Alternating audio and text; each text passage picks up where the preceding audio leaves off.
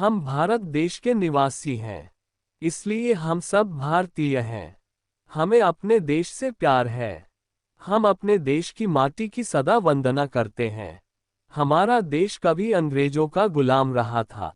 बड़े अथक प्रयासों से और बलिदानों से हमने आज़ादी का स्वाद चखा था।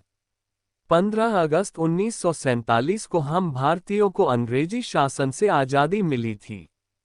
परंतु देश का संविधान तैयार करने की प्रक्रिया इससे पहले ही शुरू हो चुकी थी। इसके लिए 6 दिसंबर 1946 को संविधान सभा का गठन किया गया था।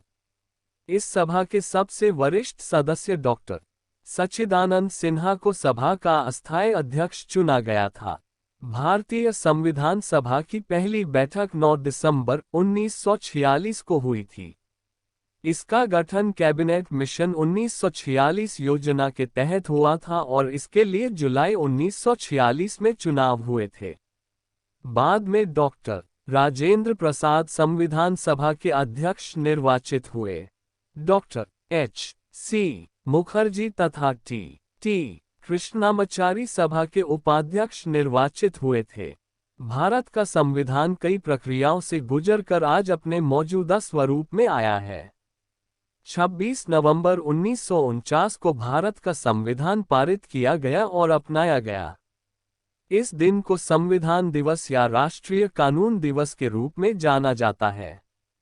देश के संविधान को अपनाने के उपलक्ष्य में हम ये दिवस मनाते हैं।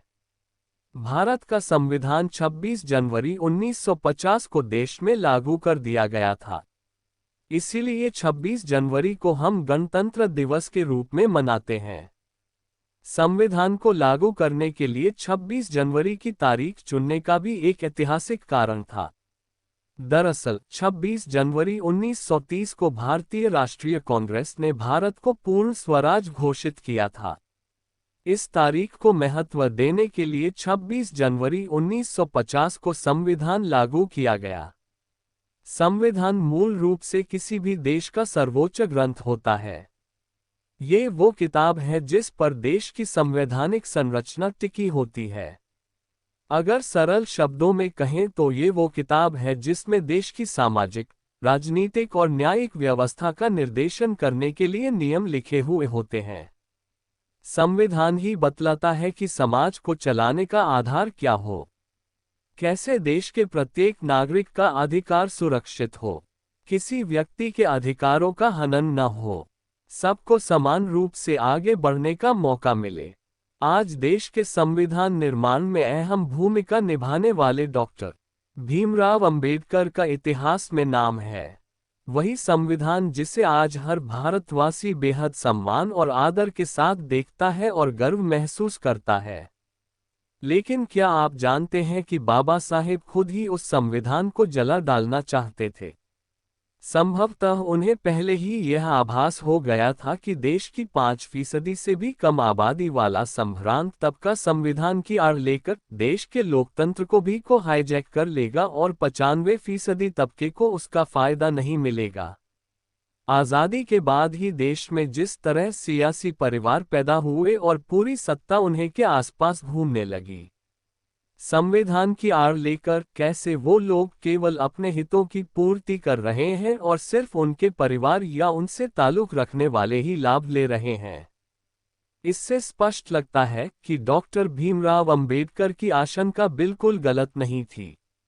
दरअसल डॉक्टर अंबेडकर ने 2 सितंबर 1953 को संसद के उच्च सदन में चर्चा के दौरान कहा था कि श्रीमान, मेरे मित्र कहते हैं कि मैंने संविधान बनाया है, लेकिन मैं ये कहने के लिए पूरी तरह तैयार हूं कि संविधान को जलाने वाला मैं पहला व्यक्ति होऊंगा। मुझे इसकी आवश्यकता नहीं है। ये किसी के लिए अच्छा नहीं है। इस घटना के 2 वर्ष बाद 19 मार्च 1955 को पंजाब से राज्यसभा सांसद डॉक्टर अनूप सिंह ने सदन में बहस के दौरान डॉक्टर अंबेडकर को स्मरण कराते हुए कहा था, पिछली बार आपने संविधान जलाने की बात कही थी। इस पर डॉक्टर अंबेडकर ने जवाब देते हुए कहा कि मेरे मित्र अनूप जी ने कहा कि मैंने कहा था कि मैं संविधान को जला देना चाहता हूँ। पिछली बार मैं जल्दी में इसकी वजह नहीं बता सका था। लेकिन अब अवसर मिला है तो बताता हूँ। हमने भगवान के रहने के लिए संविधान रूपी मंदिर बनाया है। लेकिन भगवान उसमें आकर रहते, उससे पहले ही राक्षस आकर उसमें रहने लगा है। ऐसे में मंदिर को तोड़ देने के अलावा रास्ता ही क्या है? बाबा साहेब ने कहा था कि हमने इसे असुरों के लिए नहीं बल्कि देवताओं के लिए बनाया है। मैं नहीं चाहता कि संविधान के इस मंदिर पर असुरों का आधिपत्य हो जाए। हम चाहते हैं कि इस पर देवों का अधिकार हो। यही वजह है कि मैंने कहा था कि मैं संविधान को जलाना पसंद करूंगा। इस पर एक अन्य सांसद सिन्हा ने कहा कि आप मंदिर ध्वस्त करने की बात क्यों करते हैं, आप असुरों को क्यों नहीं बाहर निकाल देते? इस पर देवासुर संग्राम की घटना का उल्लेख करते हुए बाबा साहेब ने कहा कि आप ऐसा नहीं कर सकते। हम में अभी तक वह शक्ति नहीं आई है कि असुरों को भगा सकें।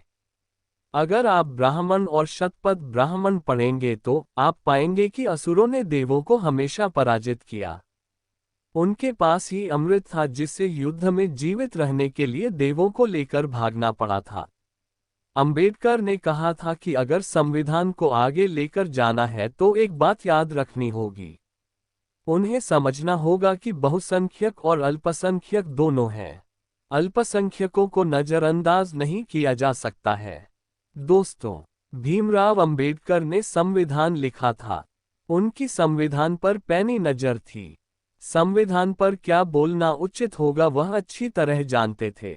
बाबा साहब भाईचारा, प्रेम, बंधुत्व, देशभक्ति, समानता, दलित उद्धार एवं सद्भावनाओं के नेता रहे हैं। बाबा साहब भारत देश के प्रत्येक व्यक्ति को समानता के आधार पर तोलकर न्याय करना चाहते थे। संविधान समानता और भाईचारे के अद्भुत एवं अद्वितीय संतुलन पर आधारित था। बाबा साहब भीमराव अंबेडकर ने भारतीय संविधान रचकर सभी भारतीयों पर कोटि कोटि उपकार किया है। इस कार्य के लिए भारत देश तथा सभी भारतीय उनके सदा सदा ऋणी रहेंगे। जय भीम, जय भारत, जय संविधान। दोस्तों, आपको हमारा वीडियो कैसा लगा? अगर अच्छा लगा हो तो कमेंट में लिखकर जरूर बताएं। आप हमारे वीडियो को लाइक करें और अपने दोस्तों में इसे शेयर करें। अगर आप नए हो तो आप हमारे चैनल ब्लू बॉस को जरूर सब्सक्राइब करें। धन्यवाद।